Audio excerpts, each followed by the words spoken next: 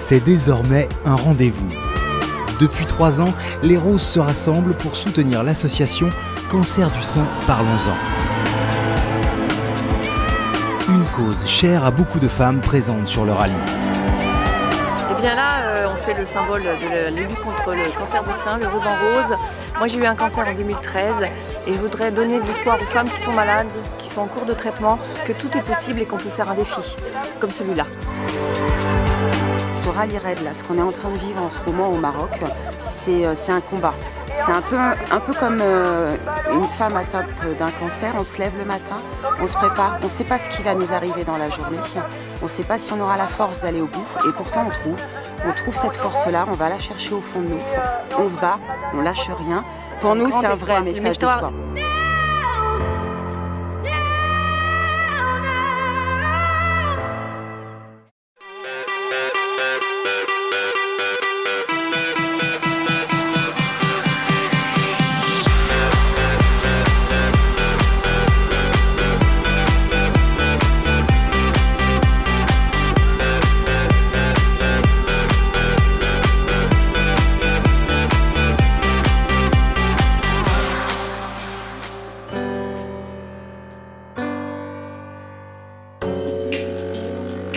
Les Roses, ce matin, prennent le départ en 2 groupes. Les unes pour une étape de dune, les autres pour une étape d'orientation. Et c'est celle-ci que nous allons suivre aujourd'hui.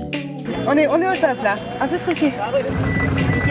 Nickel. D'une distance de 169 km de piste pour un total kilométrique de 189,2 km, cette étape d'orientation sera déterminante dans la suite du classement. C'est pas évident, il faut être très précis, mais c'est le jeu. La boussole indispensable. Et à y voir le roadbook, il promet quelques passages difficiles pour les Roses.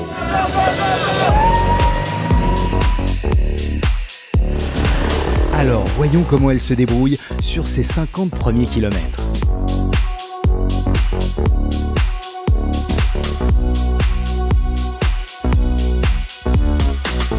Là, il n'y a personne qui nous suit et tout le monde continue tout droit. Ben, soit on est complètement à côté de la plaque, soit c'est elle, mais en tout cas, là, vraiment, c'est très perturbant.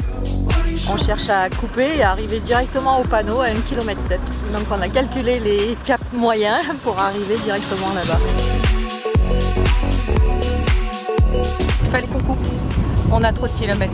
Un bon travail d'équipe. La voiture, mon copilote et moi. Super. Voilà bien quelques centaines de mètres de gagnés pour cet équipage. Et oui, parfois, les risques payent. Sur une course comme le Trophée Rose des Sables, le terme duo prend tout son sens. Depuis le début de l'aventure, elles vivent ensemble. 10 heures par jour, côte à côte, pilote, copilote. Et elles ont maintenant pris leur marque. Tu vois Cathy? Alors je vois les baraques dont tu me parlais. Moi j'ai l'impression que la piste arrive là-bas. Moi ce qui m'intéresse là, c'est l'importance du relief. C'est important aussi de ne pas hésiter à se remettre en question. C'est-à-dire quand on a un doute, on en parle, on n'hésite pas. Si la conduite et la maîtrise de son véhicule restent essentielles quand on évolue sur ces terrains, le classement au Trophée Rose des Sables se base principalement sur les capacités de navigation des concurrentes. C'est hyper important que la pilote fasse confiance à sa copilote. On est toutes dans le même bateau et on va toutes dans le même sens. Une bonne orientation, c'est la clé d'un trophée réussi. Et pour ça, elles ont le roadbook, le seul moyen pour elles de relier le bivouac du soir. Donc là, on vérifiait qu'on était bien dans le bon cap puisqu'on n'a que les caps comme indication. Et puis on essaie d'anticiper un petit peu pour prendre les suivants. La copilote, armée de sa boussole, anticipe les changements de cap. Pour réfléchir.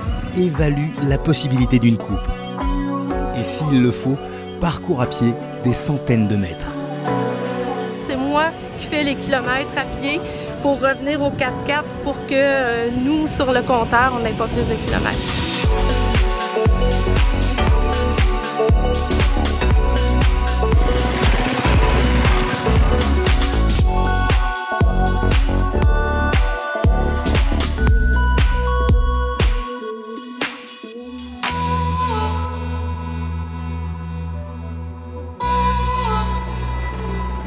L'équipe d'organisation est présente tout au long du parcours.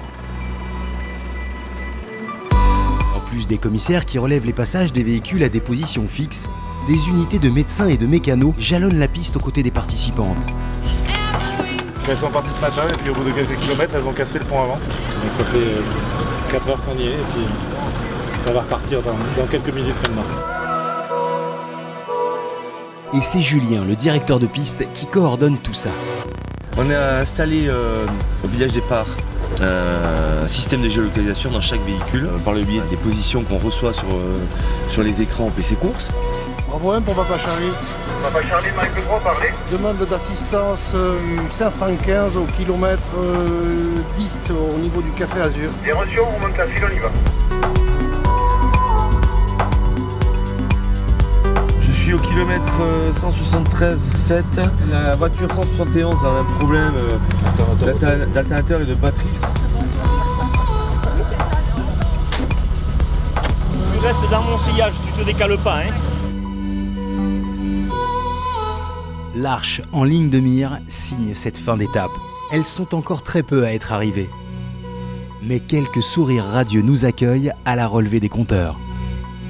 108, 736. Trop bien! Bon, c'est un petit peu perdu, mais... on s'est perdu 2 heures et on a raté un CP, on l'a jamais vu, en même temps, on sait pas. Un peu galère quand même, hein. On n'en voyait pas le bout. On a loupé le CP2. Ouais, on a loupé. Donc on sait déjà qu'on a des points en moins, mais en même temps, on a dû gagner des kilomètres.